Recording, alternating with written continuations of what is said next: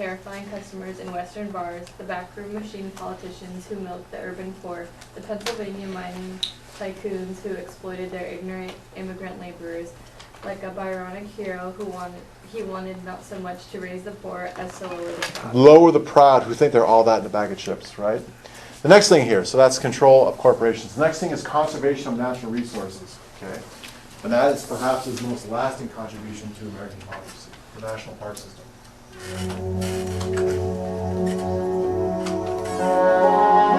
For decades, the demand for lumber had been consuming the nation's forests. By 1900, half of the original forests had been cut. The great black walnut tree had all but disappeared. And the giant redwoods, standing for centuries before the Republic was born, were under threat. We had been blessed on this continent with the finest natural resources of any country in the history of the world. Rich forests, the finest forests in the world, and we just had so much of it, it seemed like it was infinite. So if a forest was cut down, that's okay. There was always a new forest over the horizon. But for the first time, we started to get a sense that that may not be true, that the resources were finite. Many of these business people in the 1880s and 1890s in the West were extremely narrow-minded with regards to nature. It was simply a way to make money. And there simply were more and more forests, there were more and more mountains. So oftentimes what did miners do? They would take high-pressure hoses and turn them on a mountaintop and reduce the entire thing to rubble so they could quickly sift through and find the gold and the silver in that mountain, leaving a giant ruined rock of just a big giant pile of rocks. Or they clear-cut entire forests for the short-term profit of lumber on public land for their own profit. They looked at nature very unsentimentally. It was some way of making money.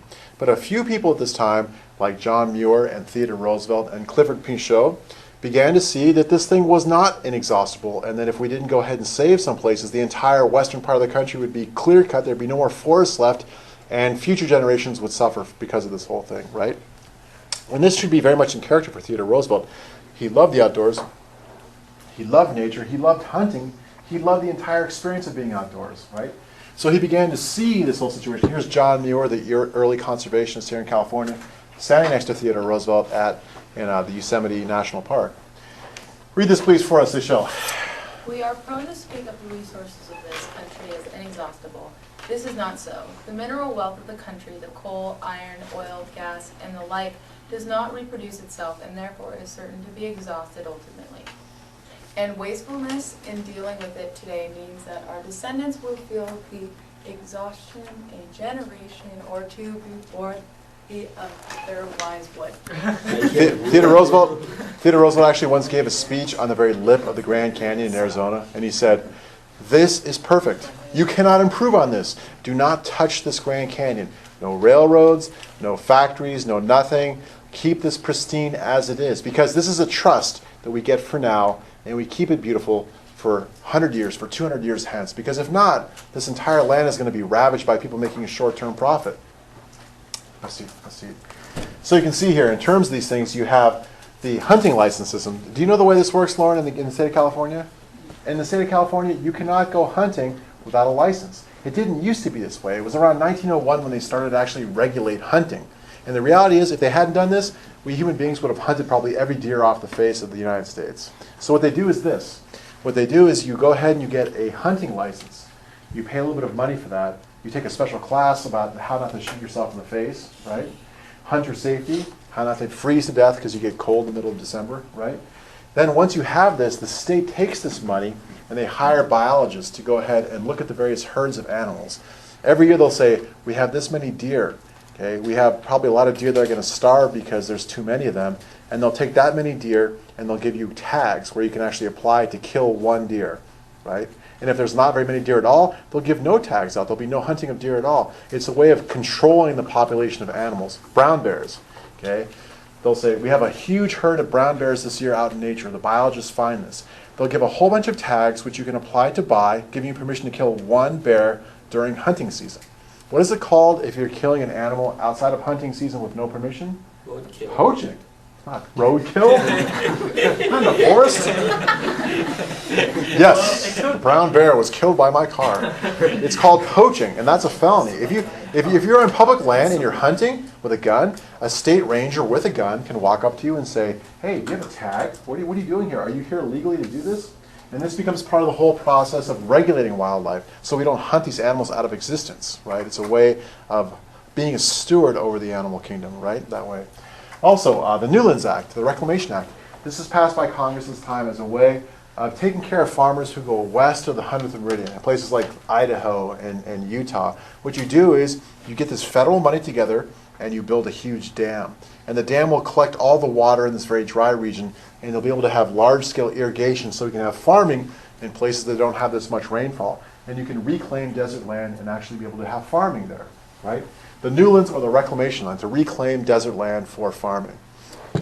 And then finally, and most importantly of these things, is the National Forest System. Look right here.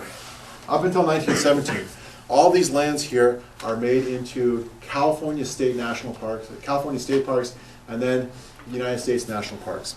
You have the beginning of the U.S. National Park Service with National Park Rangers who actually patrol these places to try and make sure that they're actually, not being exploited, that people aren't hunting in there without a license. They're not actually clear-cutting forests. Yosemite, Yellowstone, Zion, the Grand Canyon, Mesa Verde, Crater Lake, Mount Rainier. This is some of the most beautiful land in the entire world. And Theodore Roosevelt, by signing a piece of paper, basically made it so that people could not go in there and cut down forests, that people could not exploit these things for their own profit. This is public land, which we're going to keep pristine, not only for ourselves, but for people in 50, 100, and 200 years. And this is probably the thing which Theodore Roosevelt started, which has the most effect on our own lives, this whole national park system. So there it is, the final one, consumer protection. Okay. There are all sorts of scandalous stories coming out of journalists talking about what was taking place in the Chicago meat yards and the slaughterhouses.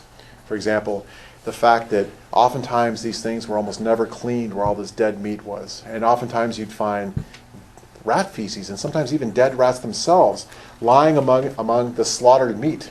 And all this stuff simply went into the same can which you took home and ate yourself, which could have rat feces in it. Sometimes even dead rats in them. Sometimes they take cows which had been dead for 3 or 4 days, actually had rigor mortis, they would cut it up and put it in a can and send it to you. Theodore Roosevelt was reading some of these things when he was in the White House. Right there in the White House, he went ahead, he's actually having sausage for breakfast. And he's like, threw the book across the table, said, "You gotta be kidding me.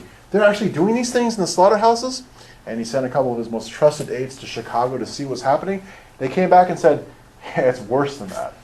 It's worse than that, what's happening in these slaughterhouses." So what did he do? He said, "Congress, I need a law which will allow me to go ahead and have inspectors for the U.S. Department of Agriculture. I'll send these special inspectors out to make sure that these places are clean. And if not, I'll shut them down. I'll shut them down. In the public interest, we're going to go ahead and start regulating the meat industry, the slaughterhouses, things like that." This is part of consumer protection. The second thing has to do with drugs. Okay? In those days, drugs were completely and totally unregulated. In fact, there was no law that said that you had to explain what was in the bottle you were selling. Oftentimes there'd be like a bottle which would say, "Do you have a headache? Here, take this. It's good for humans and horses." And most of the time what was inside there, just some alcohol and some other things like that. But sometimes it was just oil. But the reality was you had no idea what was inside these things. So the Pure Food and Drug Act says that you actually have to label what's inside your drug on the outside of the bottle. Seems like a no-brainer, right? But there was no law before this saying that you had to do that, and then what you said was on the outside actually was in the inside. So these are things to go ahead and protect consumers who eat meat and who take drugs for their various maladies, right? This is all part of consumer protection. Some of that hand up, Alex. So again, look at your notes here. Control of corporations, the Northern Securities Lawsuit, the Sherman Antitrust Act, the Interstate Commerce Act, set up the Interstate Commerce Commission, and then the Hepburn and the Elkins Act. You have conservation, hunting license, the reclamation law, the Newlands Act, and then you have the National Park System and the state parks, and then you have consumer protection, the Meat Inspection Act, the Pure Food and Drug Act, and the Drug Act. These are all things which progressive reformers with Roosevelt at their head are going to try and push through Congress to go ahead and serve the public welfare, to have more of a square deal, to promote the general welfare. The new nationalism, the new assertion of government powers for the public welfare. Yeah. So he made FDA? I think that came a little bit later on, but he's starting the whole effort which is going to finally result in the FDA. Okay. Okay, anyone have any questions here on the 3 C's? Any of these things here? No questions? Okay, let's go ahead and read a blog summary.